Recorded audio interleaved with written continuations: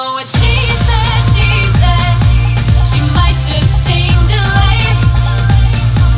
The goal here is to try and encourage young, up-and-coming musicians, students in our country, to learn new music, to learn music by Canadian artists, and to learn contemporary music, because I'm a firm believer in that music is a democracy, that all music is created equally, and there's no music that's better than any other music. Really? Well, you're the only person that believes that. There is some music that's better. I wholeheartedly agree. I wholeheartedly agree. I wholeheartedly disagree. I feel that the A note that the bass plays in Bob Marley's is this love is the most same, is just as beautiful as the A note in Mozart's Requiem. No, that is true. Sure, but sure. I mean, I'm talking about people creating music. I mean, there is some great stuff and some not so great stuff. Perhaps the point to focus on... But the on A notes, yes, I agree. is that they're all equal. sometimes certain Canadian music or certain music is eschewed in favor of other music.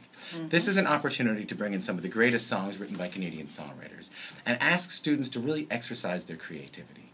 Like to look at this music not just as something you hear on the radio, not just as something you dance to, but as notes and as rhythms and as parts of songs, to deconstruct those parts of songs, to consider it more as music, and to exercise great creativity and how they can approach these songs that you may have heard a million times. Okay, so how does this work? Who is it aimed at in terms of students, age-wise, and how does it work? How does a music student enter? We're looking at any kind of classes, up until grade 12, right? Up until you graduate. And it doesn't even necessarily have to be music classes. It can be community organizations. It can be church bands. It can be any kind of ensemble whatsoever. All we're asking is that you have someone leading the way, that it's a group of students of 5 or more, and that there is an instructor, there's a guide helping along the way. Okay, so they would take a Canadian song.